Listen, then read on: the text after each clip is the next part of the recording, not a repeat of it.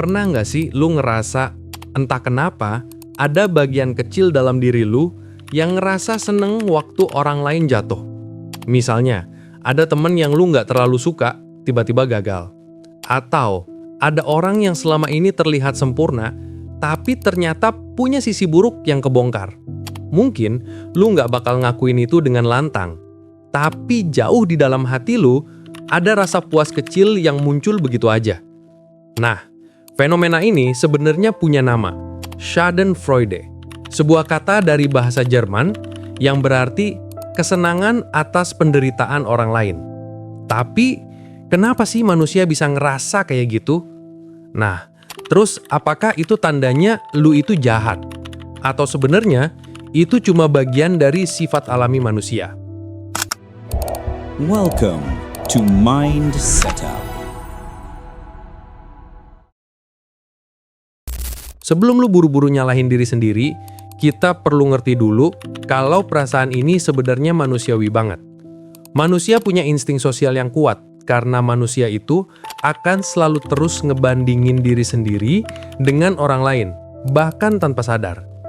Ketika ada orang lain yang jatuh, apalagi orang yang selama ini kita anggap lebih baik dari kita, otak lu bakal ngerasa kayak dapet kesempatan buat rebalancing. Kayak ada rasa, oh ternyata dia juga nggak sempurna. Dan perasaan itu bisa bikin lu sedikit lega karena standar sosial yang selama ini bikin lu ngerasa rendah, tiba-tiba turun. Dalam psikologi sosial, ini disebut social comparison, kecenderungan manusia untuk menilai dirinya lewat orang lain. Jadi, waktu orang lain menderita, otak lu bisa mengartikan itu sebagai peningkatan posisi sosial buat diri sendiri. Bukan karena lu benci mereka, tapi karena di bawah alam sadar, lu ngerasa aman waktu nggak jadi yang paling buruk. Dunia modern ngebentuk lu jadi makhluk yang kompetitif. Mulai dari sekolah, kerja, sampai hubungan sosial, semuanya penuh perbandingan. Lu hidup di dalam sistem yang diem-diem ngajarin lu buat selalu menang, bahkan dalam hal-hal kecil. Makanya, waktu orang lain gagal, terutama yang pernah bikin lu minder, ada kepuasan emosional yang muncul. Bukan karena lu pengen mereka sengsara, tapi karena di titik itu, lu ngerasa nggak sendirian dalam kegagalan. Lu ngerasa, akhirnya ada juga orang lain yang ngerasain susah kayak gua. Dan itu bisa jadi bentuk pelarian kecil dari tekanan sosial yang selama ini menumpuk. Tapi sayangnya, kalau perasaan ini nggak dikontrol, itu bisa berubah jadi kebiasaan yang beracun dan bakal bikin lu susah bahagia tanpa melihat orang lain jatuh. Dan tanpa sadar, lu mulai mencari-cari penderitaan orang lain sebagai sumber validasi diri.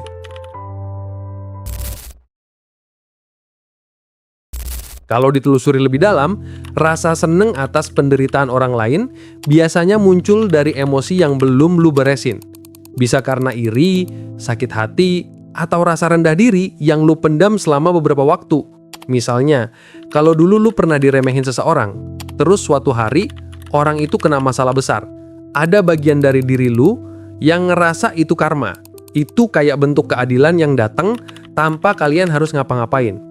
Psikologi menyebutnya sebagai moral Schadenfreude, kesenangan yang muncul saat seseorang yang dianggap jahat akhirnya kena akibat dari perbuatannya. Dan dalam konteks itu, emosi itu nggak selalu negatif. Kadang itu cara otak kita memulihkan rasa ketidakadilan, tapi di sisi lain ada juga envious Schadenfreude, kesenangan yang muncul murni karena iri. Dan yang ini bahaya banget, karena bukan tentang keadilan, tapi tentang ego yang haus validasi.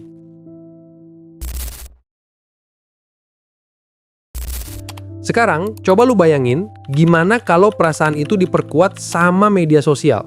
Di dunia tempat semua orang pamer kebahagiaan, kesuksesan, dan pencapaian, lu makin mudah ngerasa kurang. Dan saat tiba-tiba muncul gosip tentang orang yang sempurna itu jatuh, entah karena skandal, gagal proyek, atau cerai, banyak dari kita refleks bilang, pantes aja dari awal emang kelihatan sombong, pantes aja orang tuanya juga dulu begitu. Tanpa sadar, lu bakal menikmati drama itu.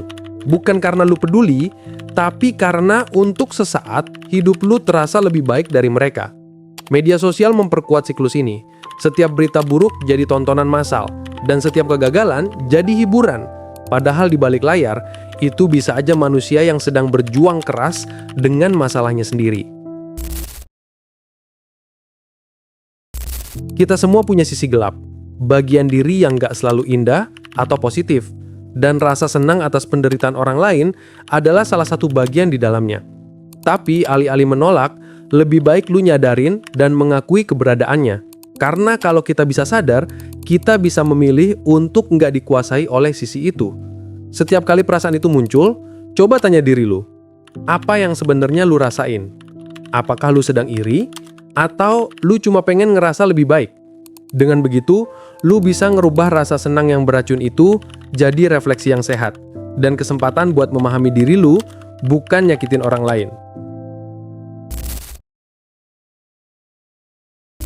Empati bukan berarti nggak boleh merasa lega waktu keadilan terjadi.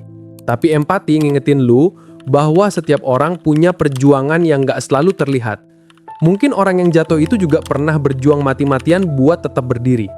Mungkin di balik kesalahannya ada luka lama yang nggak pernah sembuh. Kalau kita bisa melihat orang lain dengan kacamata itu, perasaan iri bisa berubah jadi pemahaman. Dan pemahaman bisa menumbuhkan empati. Empati bukan cuma bikin kita jadi manusia yang lebih baik, tapi juga ngebebasin kita dari kebutuhan buat terus membandingkan diri. Karena di dunia yang keras ini, kadang yang lu butuh cuma kesadaran bahwa kita semua sedang berjuang dengan cara masing-masing. Jadi, kalau lu pernah ngerasa senang waktu orang lain jatuh, jangan langsung merasa bersalah. Sadari dulu perasaan itu, pahami asalnya, dan pelan-pelan belajar berdamai dengan sisi gelap dalam diri lu. Karena pada akhirnya, kemampuan untuk memahami diri sendiri, bahkan bagian yang paling gelap sekalipun, adalah langkah pertama buat lu jadi manusia yang utuh.